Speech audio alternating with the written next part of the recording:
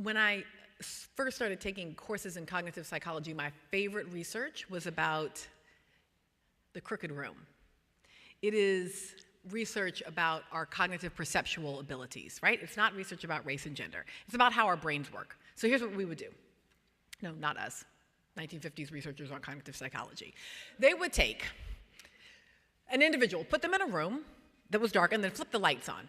And when the lights came on, all the angles of the room were crooked, right? So the door was set on an angle, the room was not at 90 degrees, there were pictures hanging on the wall, they were also at an angle. Everything in your field of perception was off kilter. And you were in a chair, like one of those chairs you might have at like Universal Studios with a ride that was mobile. And your responsibility was to find the upright in this room. These were field dependency studies. The question was, how dependent are we perceptually on the field that we can see for figuring out what is up and down? Some people, a very small proportion of people, are field independent. Doesn't matter how many crooked images there are, they can find their true upright. But most people, it turns out, are field dependent. And they can get themselves tilted in that chair as much as 45 degrees, but perceive themselves as straight up and down because they are in line with the crooked images all around them. Again, this is cognitive research. It's about how our brains work. But when I read that work, I said, oh, that's just like being a black woman in America. The work of citizenship is in part the work of being in a constantly, bafflingly crooked room, where all the images of black womanhood that are coming back at you are crooked, are tilted, are sort of recognizable, but not quite. Where the value of who you are that could be seen as most valuable would be the mammy. I gotta tell you, it's a little crooked. It's a little off. The work, but let me come back to the help for a second. So on the one hand, it's completely crooked and off and bizarre, and when it's mammy, we kind of get it, even though we keep buying the Aunt Jemima box, but we sort of get that like Gone with the Wind is not okay, and we obviously got that the mammy monument was not okay because we pushed back against it, but somehow we like the help. Like, in large numbers, really like the help. Now, I could spend the rest of the evening just explaining why that is Tyler Perry's fault.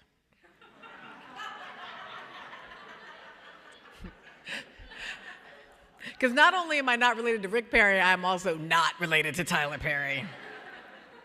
But I won't. I will not explain why it's Tyler Perry's fault, except to say that part of what Perry does is create for us a set of crooked images that make it difficult for us to figure out what the true upright is. So when we see transcendently fabulous Viola Davis standing there in her actual black womanhood, performing this role with such, ability, given how poor the role is, we think, well, this is worth seeing. Right? It feels not so crooked because compared to the offerings that we typically get, this seems like a somewhat more upright image. I mean, I went to see the first Sex and the City movie. This is in the book. I went to see the first Sex and the City movie, because I just was looking for like a chick flick. I wasn't looking for any sort of emotion. I was just gonna go watch Sex and the City. It was fun. I was in New York that weekend. My best girlfriend was with me.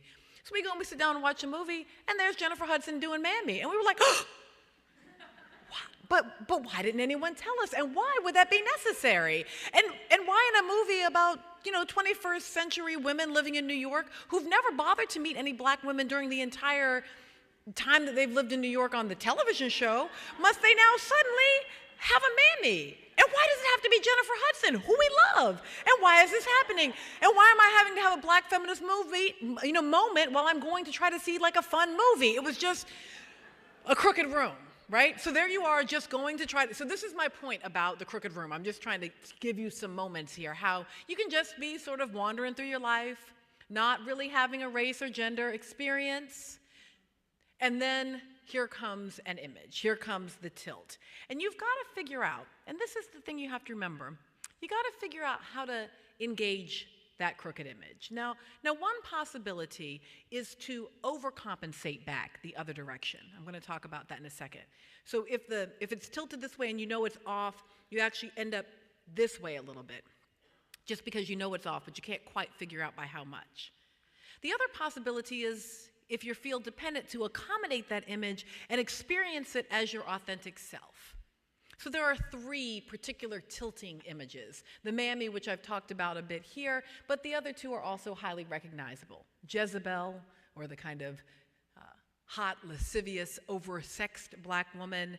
You certainly understand that she is rooted in the experience of American slavery. She's rooted in having to explain why it would be okay to use women's bodies to breed for economic purposes, while simultaneously believing in the Victorian cult of true womanhood that says that women are on pedestals and above, right? So you've got to be able to explain how you can have a breeder who you also work in the fields, whose body is available to any male who the master deems appropriate, including himself, and simultaneously believe that women have to be protected and careful in this domestic sphere. And so in order to make that work, you have to create an image of black women as something other than this thing that is woman.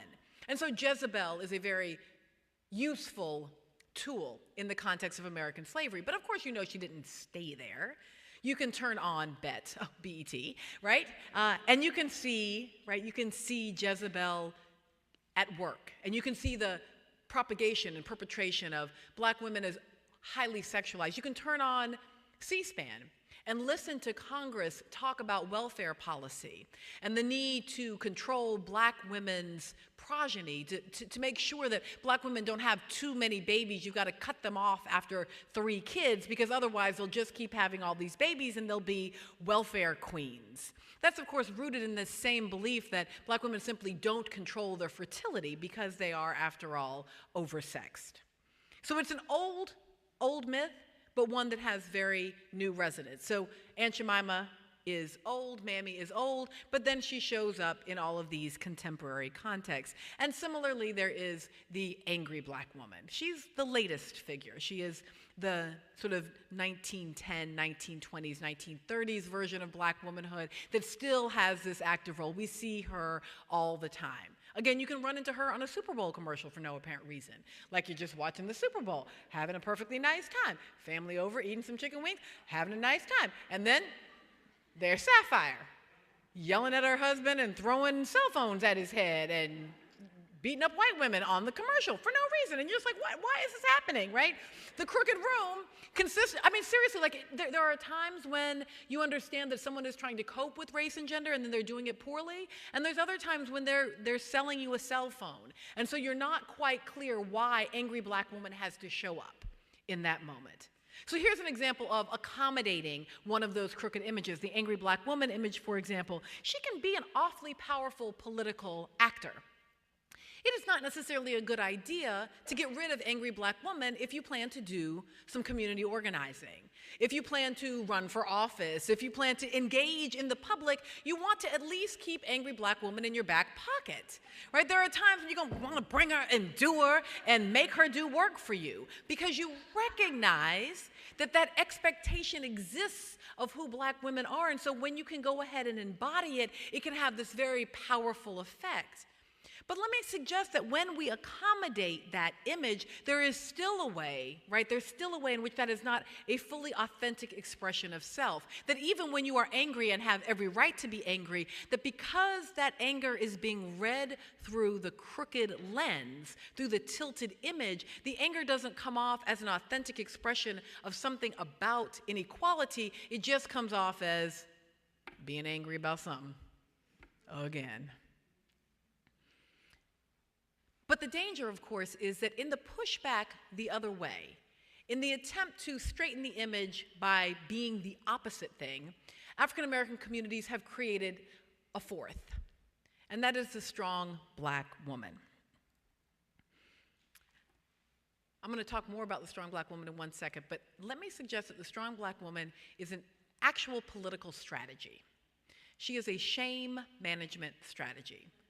So let me make a quick claim about the politics of shame, then I'll talk about strong black woman, and then we can open it up a bit. Racial pride is very powerful politically.